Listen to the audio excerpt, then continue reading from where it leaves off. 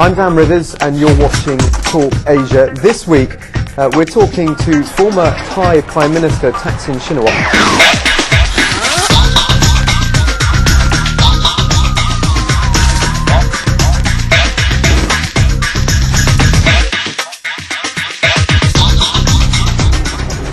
The army justified seizing power in Thailand last September by accusing the government of being endemically corrupt.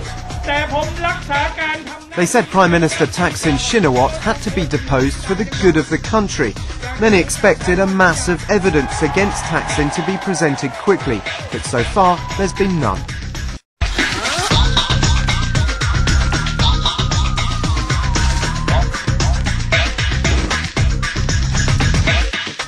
It's baseless allegation.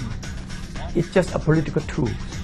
And I cooperate very well with all relevant agencies. But now they still cannot find any evidence against me. Speaking exclusively to CNN, Thaksin is now hitting back at the accusations. It's been a tumultuous 12 months for you. Of course, the elections in April, then the coup in September that resulted in you being deposed, and then of course most recently those bombs on New Year's Eve. And I'd like to start with those first of all. There are lots of accusations flying around Thailand that you or your allies are some way involved with that. For the record now, this is the first time you've spoken since the coup. Have you been involved with any of those plots? It's baseless allegation. No one believes so. Because everyone knows that who am I? I come from election. I come from the people. I owe gratitude to our people. I do everything for the good of the country and the people. I don't do something that's stupid. So you had no involvement? Not involvement at all. But I would like to express my deepest sympathy for those who lost their loved one, and also all those who are injured. And the individuals who are involved must be brought to justice. And who do you think was involved? Well, there are different theories. Some theories think about the situation, they might link the situation of the violence in the southern part of Thailand. And some theory may link with those who would like to create a situation where they want to believe that the situation is not normal yet. But in any case, they should be condemned with the strong words. This is the first time you've spoken since the coup of September the 19th. First of all, you were in the United States, in New York, at the UN when this happened. How did you find out what was going on?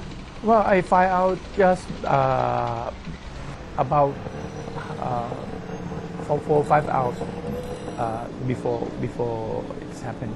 But I'm trying to get into the television station, but it's very difficult at that time. I cannot get into it until I can get into Channel 9 briefly. But it's a rumors all the time, but I don't believe that this is going to happen again in the 21st century. So it was a surprise when it happened? It's very a surprise because, but anyway, 70 years in Thailand, 17 coups happened. It's very unfortunate, but it's an event that happened here in Thailand. And what did you say when you found out that you were effectively being ousted? Well, I'm a sportsmanship.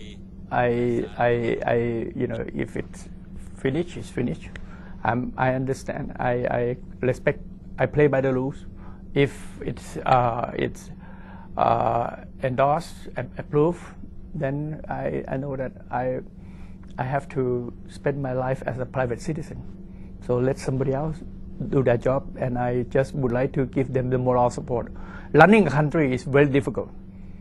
Even I don't like that technique. I don't like the way they do it. But as a country, I would like Thailand to be restore the confidence and moving forward. So I just would like to give them moral support to do their best for our country. We're talking to you in Singapore, and the deal with the Singaporeans in which you sold Shinkor, your telecommunications company, to Temasek, the Singaporeans, was incredibly controversial. It was what sparked these huge protests against you. In hindsight, was that a mistake? Well, you know, I traveled to here just to play golf and meeting some old friends. That's it. I don't have any political motivated purpose, and you know, like I said, I have no political ambition anymore. I want to live my life peacefully. I want to go back to my homeland. I want to go back to my family. That's all I need. And you know, all the allegation is really, you know,